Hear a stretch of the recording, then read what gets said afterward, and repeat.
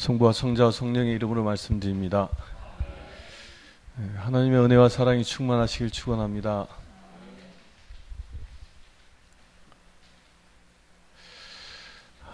오늘은 제6장 다 함께 제목을 읽어볼까요? 시작.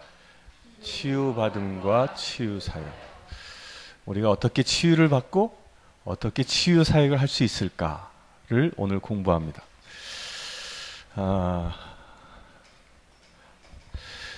이 앞에 그 사진이 너무 신기해서 또 보기려고 올려놨습니다. 그 제가 여러분들에게 SNS로 쭉 보내드린 거 보신 분들도 있죠. 예. 이제 금요일 날 오후 6시 20분입니다. 정확히 6시 20분에 이제 사무실에 있다가 화장실을 가는데 갔다 나와가지고 그 갑자기 하늘이 보고 싶은 마음이 이렇게 드는 거예요. 하늘을 쫙 올려다 봤는데 십자가가 저 모양으로 있는 거예요. 근데 이게 제가 이 타이밍을 좀 놓쳤어요. 제가 처음에 딱 봤을 땐 십자가 모양이 어땠냐면 여기 보면 요게 먼저 찍은 거고 요게 나중에 찍은 거예요. 근데 요거 찍기 전에 요 원이 있죠, 이렇게. 예. 근데 찍기 전에 여기 있는 구름 있잖아요. 얘가 여기 있었어요, 여기. 그러니까 완벽하게 십자가에 원이 이렇게 그려져 있는 형상으로 이게 하늘에 이렇게 떠 있는 거예요. 그 감격이더라고요, 그냥. 멍하니 쳐다보고 있다가 갑자기 사진 찍어 이제 부랴부랴 카메라를 꺼내서 이렇게 찍다 보니까 조금 타이밍을 놓쳤어요. 근데 이 사진을 이렇게 보면서 이 그림을 보면서 야, 하나님이 때가 되셨나 보다. 무슨 때가 됐을까요? 하나님이 우리 교회를 축복하시는 때가 됐다라고 그런 믿음이 왔습니다. 믿음대로 되어질 줄 믿습니다. 여러분들은 복받은 자입니다. 왜 복받은 자일까요? 하나님이 눈여겨보시는 교회의 성도들이니까. 그러니까 복받은 거죠. 우리 교회만 눈여겨보시겠습니까? 누구도 눈여겨봐요? 교회에 속해 있는 저와 여러분들도 눈여겨보는 존재입니다. 그래서 믿으시길 바랍니다. 그럼 우리가 하나님의 그 눈여김 받는 자입니다. 근데 하나님 우리를 그렇게 눈여겨보시는데 어떤 눈으로 보실까요? 어떤 눈으로? 우리의 아픔과 상처가 있다면 그것을 치유하고자 하는 긍휼한 눈으로 우리를 바라보실 겁니다.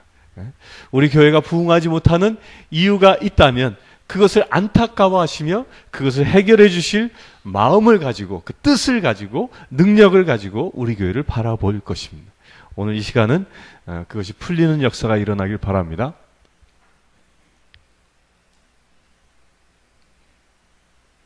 이런.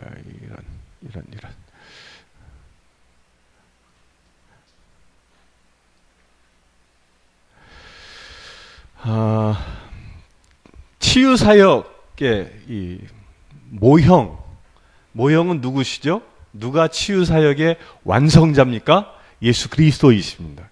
그 예수 그리스도가 치유사역을 이 공생의 가운데 하셨는데 그 예수님의 사역을 기록한 게 뭐예요? 복음서잖아요.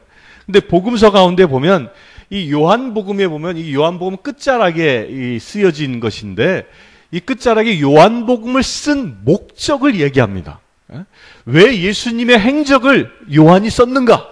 그 행적을 쓴 복음서의 목적은 뭐예요? 믿고 또 그렇게 믿어서 누구를 믿어요? 예수 그리스도를 믿는다는 거예요. 근데 예수 그리스도를 예수님이 구세주이시다, 그리스도이시다라는 사실을 세상 사람들이 믿게 하기 위하여 사도 요한은 요한복음을 저술했는데 그런데 그 믿게 하는 근거가 뭐냐는 근거를 한마디로 기록을 했는데 여기 앞에 나와 있는 겁니다. 예수께서는 제자들 앞에서 이 책에 기록되지 않은 다른 기적들도 수없이 행하셨다. 이 책에 기록되지 않은 다른 기적들도 수없이 행하셨다란 말은 뭐예요? 이 책에 많은 기적들이 기록되어져 있지만 그보다 더 많은 일들을 예수님이 하셨다. 이렇게 기적을 행하신 이유가 뭐라고요?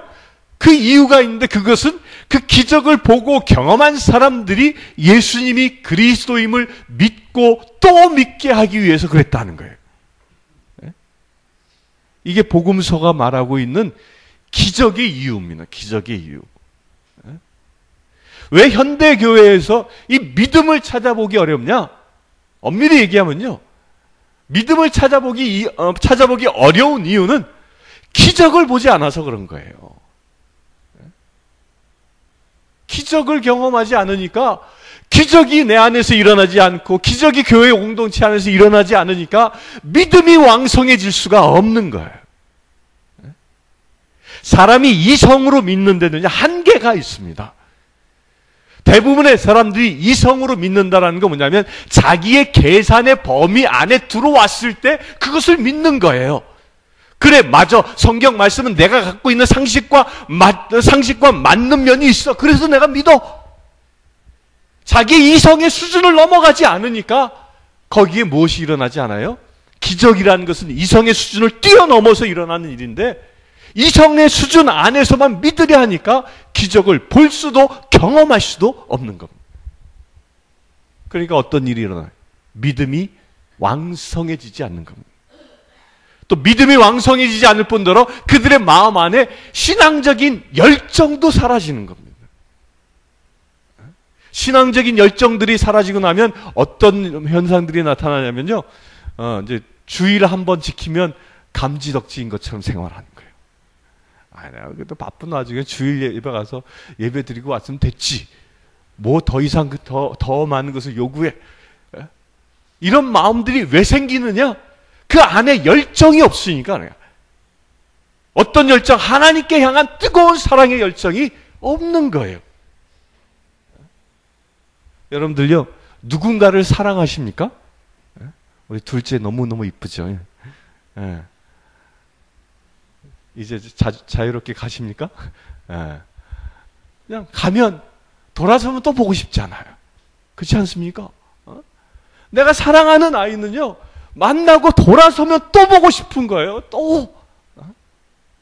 하나님과의 관계도 똑같다는 거예요. 우리가 살아계신 하나님의 그 큰 사랑을 경험하고 그 사랑 가운데 있으면요, 우리의 신앙 안에서 사랑의 열정이 식을 수가 없는 거죠. 근데 왜 이런 일들이 안 생겨날까요? 왜 안 생겨나냐면 바로 이거예요. 다른 많은 기적들이 우리 안에서 경험되지 못하니까. 이게 최대의 문제입니다. 저는 그런 얘기를 합니다. 동료 사제들과. 왜 성공회가 부흥하지 못하냐? 부흥하기 위해서는 어떻게 해야 되냐? 전도해야 되는가? 뭐 관계 전도를 해야 되는가? 뭐 기도해야 되는가? 많은 것들을 이야기합니다. 많은 것들을 얘기하지만 가장 중요한 게 뭐예요? 예수님 방법이에요. 예수님 방법. 예수님의 방법이 뭐였습니까?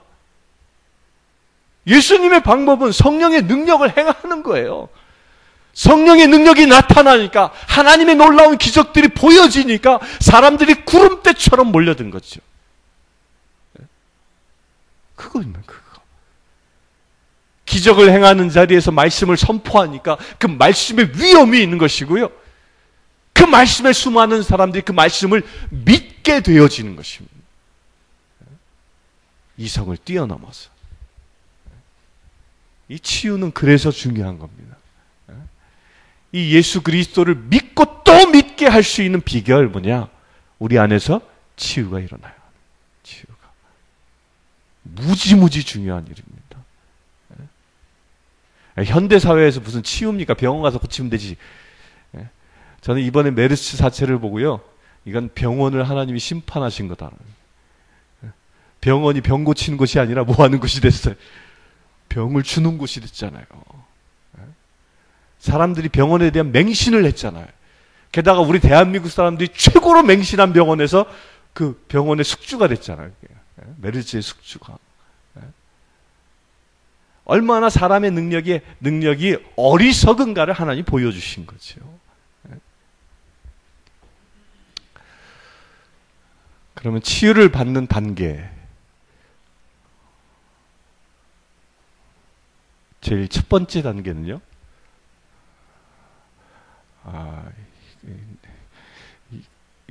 제가 고친 거를 이게 메모리를 안 해놨나 보네요. 첫 번째 단계, 제1 첫 번째 단계, 다음 게 읽어볼까요? 낫고자 하는 마음. 우리가 치유를 받으려면 제일 중요한 게 낫고 싶은 마음이 있어야 돼요.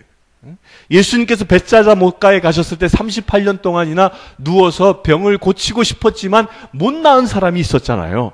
그 못가에 있는 천사들이 내려왔을 때 물이 이렇게 요동치는데 그때 제일 먼저 들어간 사람이 치유받는다라는 전설이 있는 곳이야.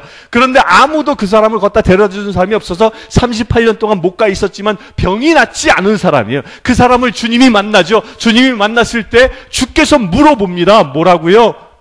낫기를 원하느냐? 낫기를 원하느냐? 우리가 병 가운데 있을 때 제일 중요한 첫 번째 마음이 낫고 싶은 간절한 소망이에요. 여리고 소경을 만났을 때도 여리고 소경이 어떻게 했어요? 내가 맹인이지만 주님이 자비를 베푸신다면 내가 나음을 입은다는 그 믿음, 그 낫고 싶은 마음이 그에게 강렬하게 있었죠. 이게 치유의 첫 번째 소망이에요. 첫 번째. 낫고 싶은 마음, 회복하고 싶은 마음. 그런데 왜 수많은 사람들이 이 낫고 싶은 마음을 갖지 않느냐면요, 여기 보면 이런 게 있어요. 낫기를 원하는 마음을 빼앗아가는 만성적인 질환들에 잡혀있는 사람들이 있어요. 잡혀있는, 이게 뭐냐면요, 현실 회피수단, 병이 현실 회피수단인 사람이 있습니다. 뭐 병이 왜 현실 회피 수단이니까 그럴지 모르지만 제가 상주에서 경험한 사람인데요. 이 사람은 이 관절이 병이 난 사람이야. 혼자 살아. 근데 이 사람은 이 병이 자기가 살아가는 생계 수단이에요. 이해가 잘 안 되죠? 혼자 사는데 이 병 때문에 병원을 전전하면서 병원에 입원해서 병원에서 무상급식 주는 거 가지고 숙식을 해결하면서 사는 사람. 일생을 그렇게 살아. 이 사람이 우리 교인이야. 근데 언제 교인이냐면 병원을 옮길 때만 교인이야. 병원을 옮길 때 보증인이 필요하거든. 그때 제가 필요한 거야. 그때마다 저한테 전화해. 신부님, 신방아 주세요. 그래. 왜? 그러면 뻔해. 그 병원에 가면은 제가 가서 사인해야 하는 거야. 이 사람은 그 병 자체가 뭐야? 생계수단이에요. 생계수단. 그러니까 이 사람은 낫고 싶은 마음이 있을까 없을까? 전혀 없는 거예요. 전혀 없어요. 그게 우리 가운데 있을 수 있다는 겁니다. 또 뭐냐면 죄의식. 내가 죄인이라 내가 죄 때문에 내가 벌 받았는데 이런 마음, 죄책감들. 이 죄책감들이 자기의 병을 낫고자 하는 마음을 빼앗아가는 경우가 있어요. 네? 여러분들 그런 거 있습니까? 죄의식. 여러분들 죄의식이 있다면 예수 이름으로 물리치시길 바랍니다. 내가 벌받은 존재 아닙니다. 여러분들은요. 여러분들이 예수 그리스도를 알기 전에는 저주받은 존재이지만 예수 그리스도를 통하여 세례받고 구원받은 사람들은 이제 죄의식에 사로잡혀 사는 사람이 아니라 주의 의로움 가운데 사는 사람. 이게 사단의 유혹이라는 거예요.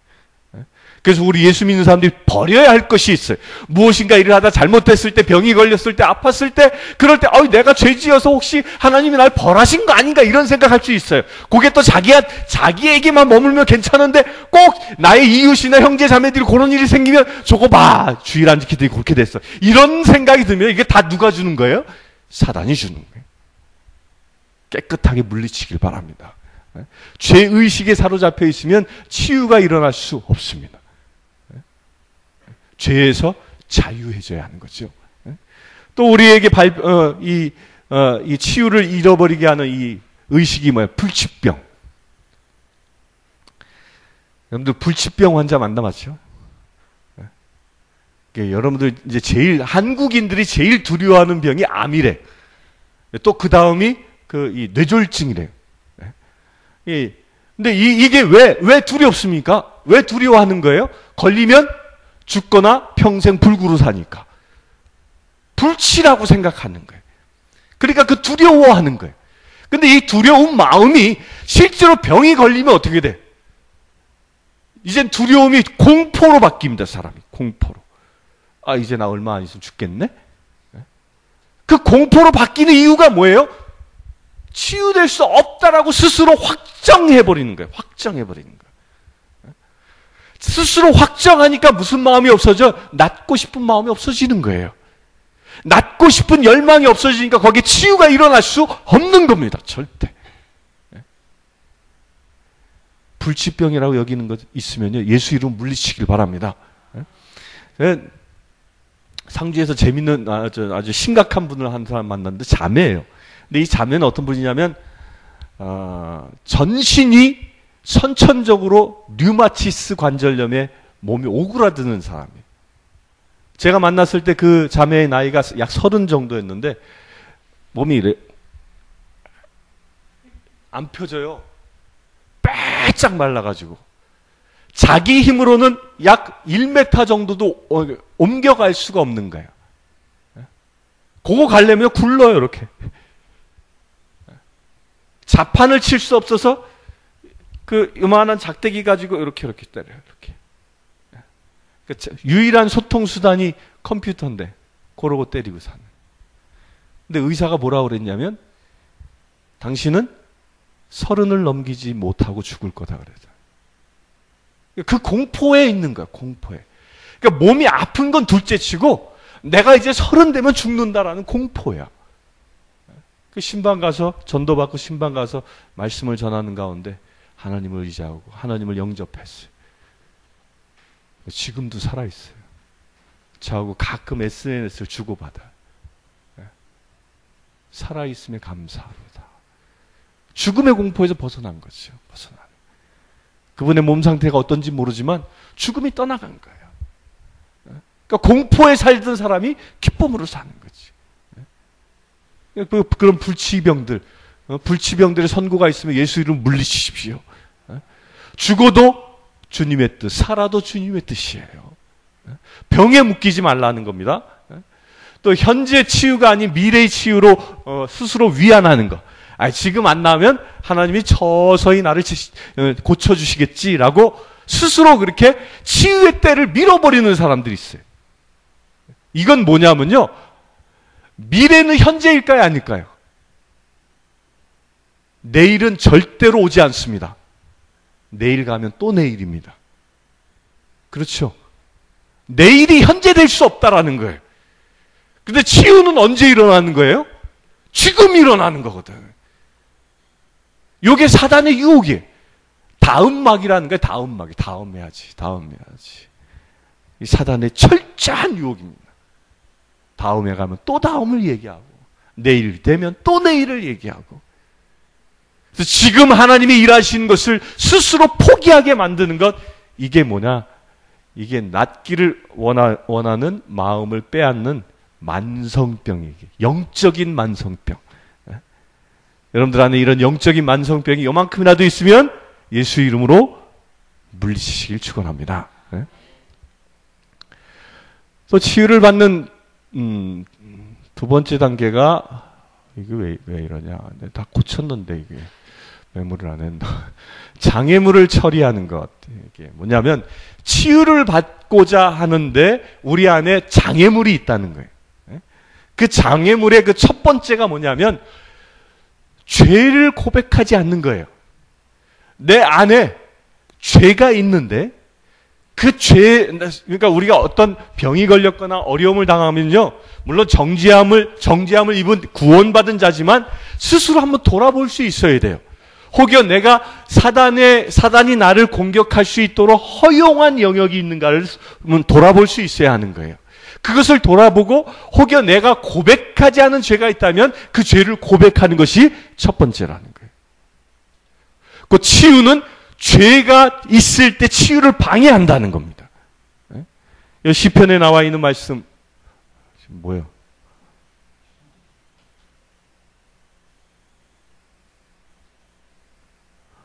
전체 화면 만지지 마요. 만지지 마.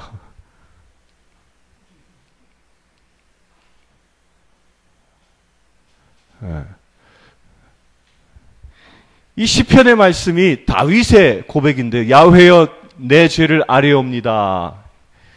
이게 언제 만든 시편일까요? 여러분들 다윗 하면 죄 떠오르는 거 있죠?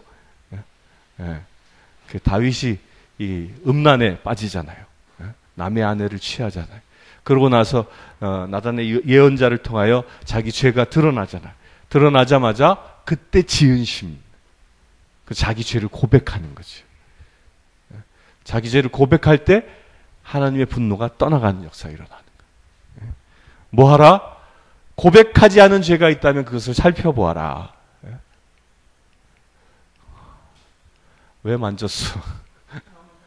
왜 안 넘어가? 나도. 예. 그 다음에 장애물을 처리하는 두 번째, 내 안에 분노와 원한이 있는지를 살펴보아라. 예? 이 욥기에 보면, 욥기, 요게 이 말씀에 보면, 투덜거리다가 망하고 철없는 자는 화를 내다가 죽는다네. 우리가 떨쳐버려야 할 게 뭐예요? 투덜거림이에요. 투덜거림. 우리가 하나님의 역사가 일어나지 않는 건, 투덜거리는 건 뭐 때문에 그래요? 내 안에 불만이 있으니까 그런 거죠. 내 안에 분노가 있을 때 투덜거려. 원망이 있을 때 투덜거린다는 거예요. 이런 투덜거림들은 하나님의 역사를 방해합니다. 우리말에 이런 말이 있어요. 말에도 성질이 있는 걸 아세요? 말에서 성질을 부리는 걸 뭐라고 그래? 말로 성질을 부리는 자를 말썽꾸러기라 그래요. 말썽꾸러기라는 게 그거예요. 말로 성질을 부리는 자. 말로 성질을 부리는 자가 말썽꾸러기야. 문제들을 일으킨다는 거예요. 평온을 깨고 화평을 깨는 거예요. 근데 그게 말의 성질을 부리는 게 뭐예요? 그게 투덜거리고 화를 내고, 말에 화를 붓고, 말에 분노를 심고, 말에 원한을 품고서 말로 선포하고, 이런 말로 죄짓는 것들, 이게 치유를 방해합니다. 그래서 우리 그리스도인들은 말을 잘 써야 돼. 말에는 몇 가지 등급이 있는 거 아시죠? 가장 높은 등급이 뭐예요? 말씀이라고 그러잖아요. 말씀. 그 말씀은 뭐예요? 하나님의 말씀이에요. 입을 열기만 하면 하나님의 말씀을 내뱉는 자, 그 내뱉고 말씀을 신뢰하고 말씀을 선포하는 자에게 무엇이 일어날까요? 당연히 하나님의 역사가 일어납니다. 말씀대로 이루어지니까. 두 번째 단계가 있어요. 말에 씨가 있다고 그러죠. 말씨. 말씨가 고운 사람들 얼마나 이뻐. 말씨가 고운 사람들이요. 그 말로 씨를 심는다라는 거예요. 이게 생명의 씨앗을 심는다는 거예요. 우리가 자녀들에게 말을 할 때 말씨를 곱게 하면 거기에 생명이 자랍니다. 그 말로 인하여. 세 번째 단계가 있어요. 말에 뭐가 있어요? 말투라는 게 있잖아요. 투덜거림. 말로 투덜투덜거리는 사람들에게는 복이 임할 수 없습니다. 그 인생은 투덜거리는 인생이 될 수밖에 없는 거예요. 하나님의 치유가 일어날 수 없는 것이죠. 여러분들의 말은 어떻습니까? 여러분들의 말은 말씀이나 말씨가 되길 축원합니다. 참 기운 빠지네. 믿음대로 되는 거예요. 믿음대로. 세 번째로 내적 치유. 상처 입은 마음을 고치고 터진 상처를 싸매주신 분이 하나님이신데 곧 내 안에 상처가 있고 아픔이 있을. 이건 나중에 요거만 따로 다룰 겁니다. 그러니까 그때 가서 심도 있게 공부하고요. 또 네 번째 그 치유의 장애물은 잘못된 태도, 시기, 질투, 용서하지 않는 심령, 부부간의 불화. 이런 것들이 우리 안에 있으면요 치유가 일어날 수 없습니다. 시기는 뭐예요? 시기는 뭐예요? 남이 잘 되는 걸 못 보는 거예요, 이거. 남이 잘 되는 것을 축복해야 하는데 남이 잘 되는 걸 못 보고 막 그냥 화가 나는 사람. 사돈이 땅 사면, 뭐 사촌이 땅 사면 배가 아픈 사람들. 하나님의 역사가 일어날 수 없습니다. 질투하는 것 마찬가지죠. 용서하지 않는 심령. 누군가가 자기에게 잘못했다고 해서 그걸 꽉 붙잡고 있는 사람. 꽈리를 꽉 틀고 있는 사람. 절대 하나님의 역사가 일어날 수 없습니다. 예수님은 당신을 십자가에 못 박는 사람까지도 아버지 하나님 저들이 무엇을 하는지 모릅니다 하고 용서를 선포하셨죠. 부부간의 불화. 이게 가정 안에서요. 하나님의 역사를 떠나가게 만드는 사단의 아주 교묘한 핵식이에요. 부부지간은 한 몸이죠. 한 몸인데 그 한 몸 된 관계를 그물가게 만들고 서로 담을 쌓게 하고 불화를 일으키게 하면 그 안에 뭐가 없어져요? 치유함이 없어지는 거예요. 오히려 그 안에 뭐가 올까요? 병이 오는 거예요. 병이. 그래서 부부지간에 병 생기면 첫 번째로 챙겨야 할 게 뭐야? 우리 부부간에 호려 불화가 있나 한번 살펴봐야 돼. 아멘. 이건 통계에도 나왔어요. 금술이 좋은 부부들이 오래 장수한대. 미국의 통계입니다. 근데 금술이 안 좋은 부부들은 단명합니다.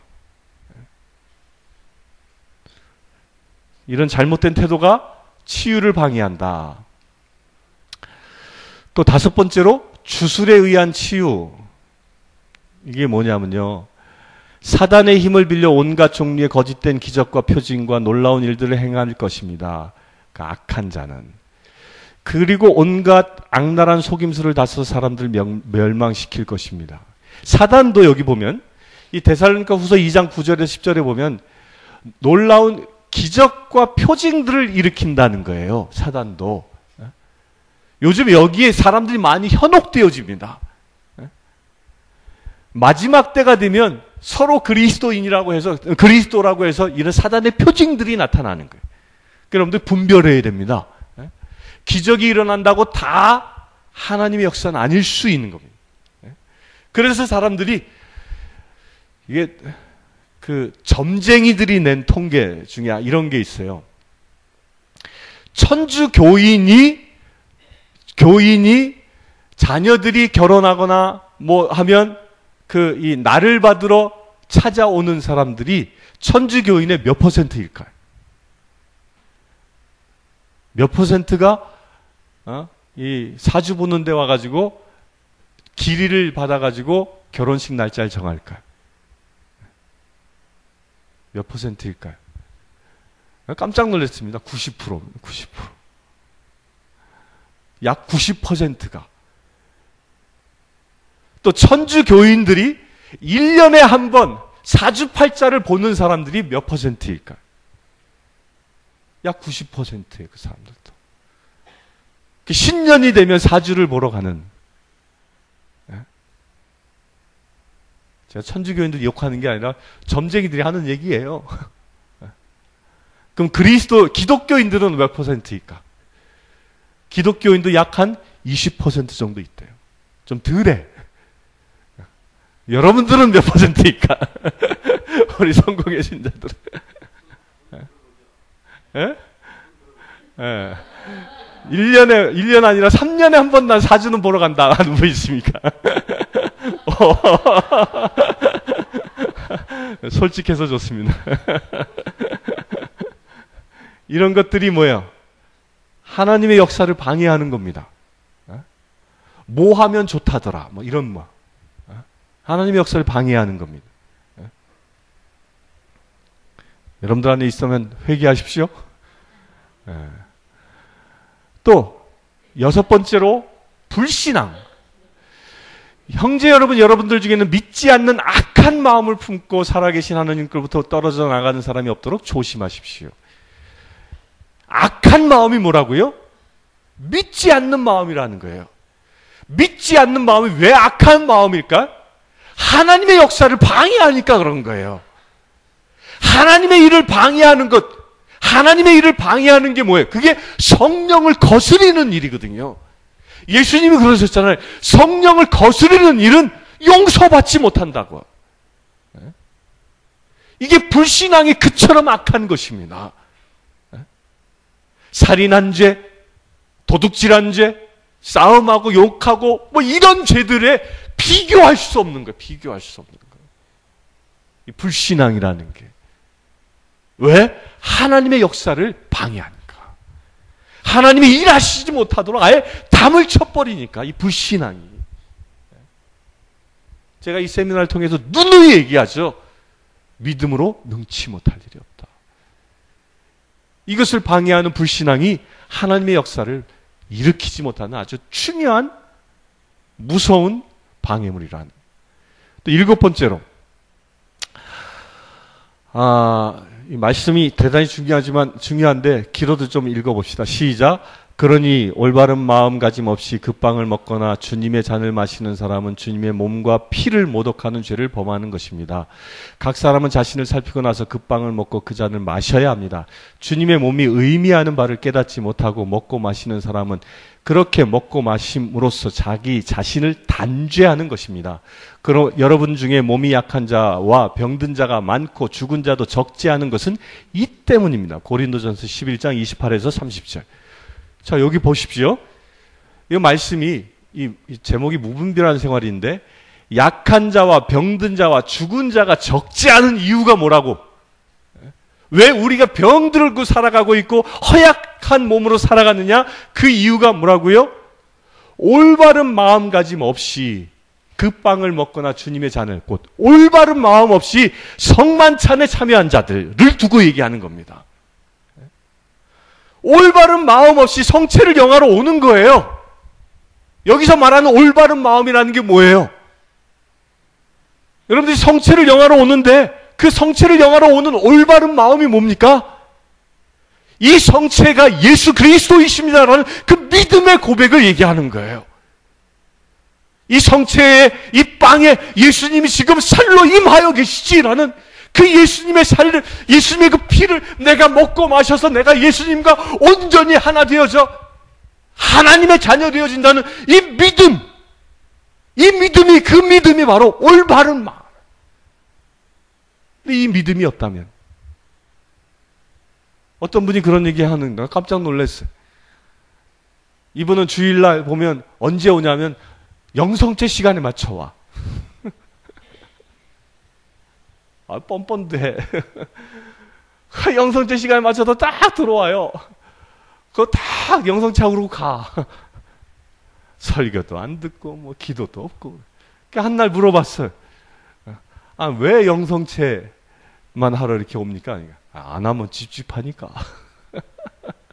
이유는 그거 하나요. 이유는요. 근데 그 사람이 변하니까 놀랍게 변했습니다. 제가 얘기한 사람이 어저께 온 분이에요. 그런 마음이 있으면 이 올바른 마음가짐 없이 곧 내가 이 세상을 살아가는데 하나님과 동행한다라는 그런 강한 믿음의 삶을 살아가지 아니하고 하나님 따로 내 삶 따로 이렇게 살아가고 있다면 그 안에 치유가 일어날 수 없는 겁니다. 여러분들 한번 살펴보십시오. 이렇게 방해하는 그 7가지 요소를 어떻게 해요? 예수 이름으로 물리십시오. 그 물리치고 나면 치유의 열쇠를 찾아야 돼요. 이제 그 모든 7가지 요소들을 내가 물리쳤어요. 그 물리쳤는데 물리치고 나서 이제 첫 번째로 찾아야 할 게 뭐냐면 뭐라고요? 다 함께 읽습니다. 시작. 믿고 있는가를 살펴라. 병이 든 내가 믿고 있는가? 무엇을 믿어? 예수 그리스도께서 나를 치유하신다는. 여러분들이 누군가를 위해서 기도하고 있어. 근데 치유가 일어나지 않아. 그러면 어떻게, 무엇을 찾아요? 내가 말씀을 믿고 있는지 스스로 믿음을 살펴보라는 거예요. 두 번째, 살펴보니까 내 안에 믿음이 없어. 또 병자도, 기도받고 있는 사람도 믿음이 없어. 믿음이 없을 때는 어떻게 해요? 기도를 멈추고 말씀을 전하라는 거예요. 로마서의 말씀에 그러므로 들어야 믿을 수 있고 그리스도를 전하는 말씀이 있어야 들을 수 있다. 말씀을 전하라는 거예요. 말씀을. 그래서 믿음이 없는 자에게 그냥 무조건 기도하면 안 됩니다. 그가 믿음이 생길 때까지 말씀을 전해요. 말씀을. 말씀을 전하든 기적을 통하여 다른 사람의 치유를 통하여 그에게 믿음을 생기게 만들든 어떤 형태로든 믿음이 생기게 만들어야 돼.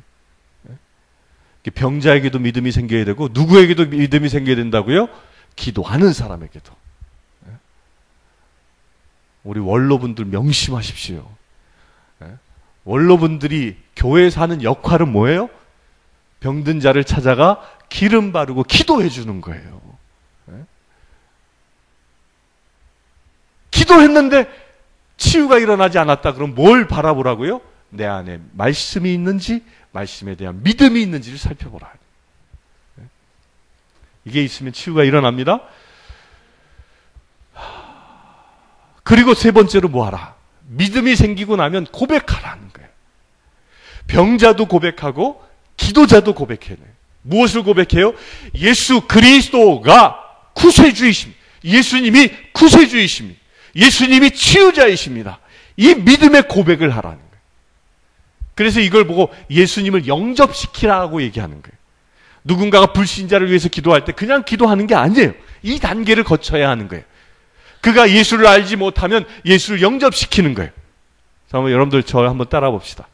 아버지 하나님, 제가 이제 예수 그리스도를 나를 죄에서 구원하신 구세주이심을 믿습니다. 그분을 나의 주인으로 영접합니다. 예수님의 이름으로 기도합니다. 간단하죠. 이 고백을 하게 하는 거예요. 이 고백이 전심에서 일어나면 무엇이 일어납니까? 치유가 일어납니다.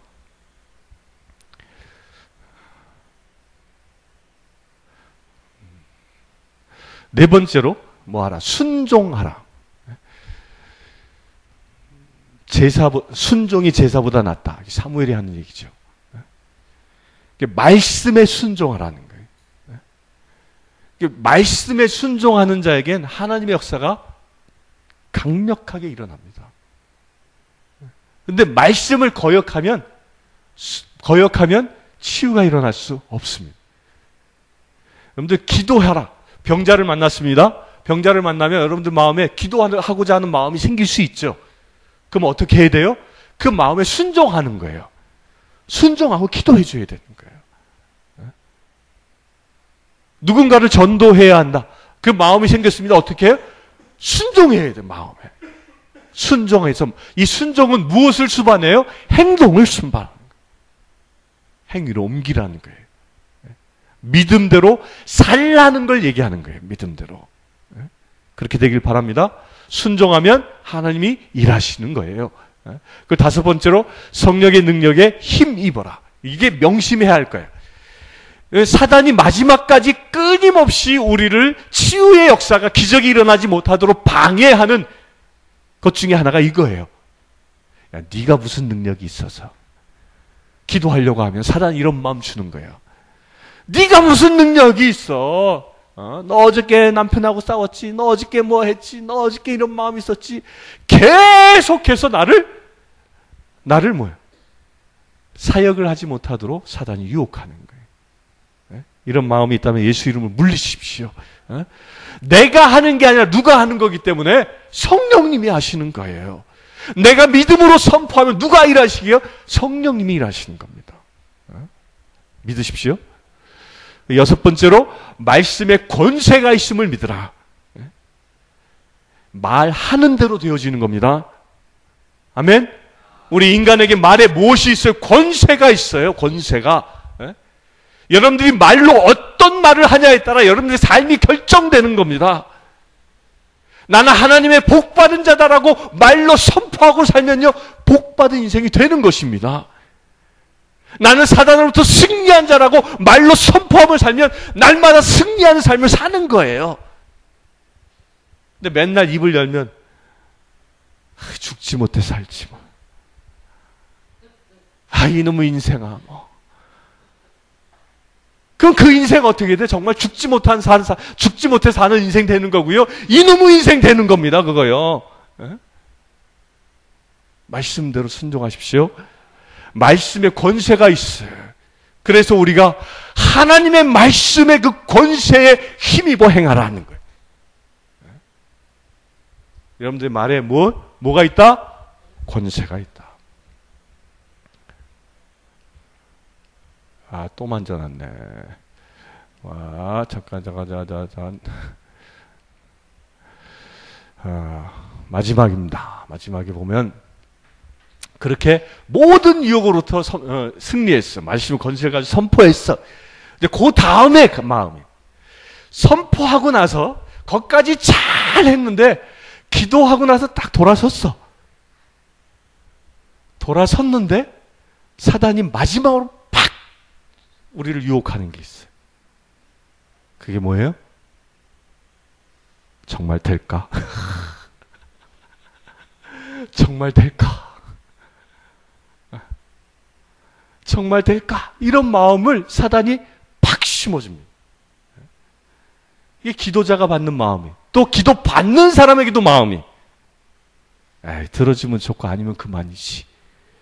이런 마음이 드는 순간 하나님의 역사가 사라집니다. 왜? 믿음이 없어졌다는 표징이기 때문에 그래요. 그래서 우리가 그렇게 기도했으면 끝까지 지켜야 할 게 하나님이 일하실 것을 기대하라는 거예요. 기대하라. 기대하라. 근데 우리가 여기서 기억해야 할 것이 있어요.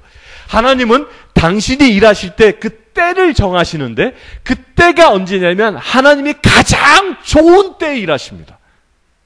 그 기도를 들으시고 그래 네가 그렇게 기도했냐? 그러면 가장 그 사람에게 가장 좋은 시기에 일하시는 거예요. 가장 좋은 시기에.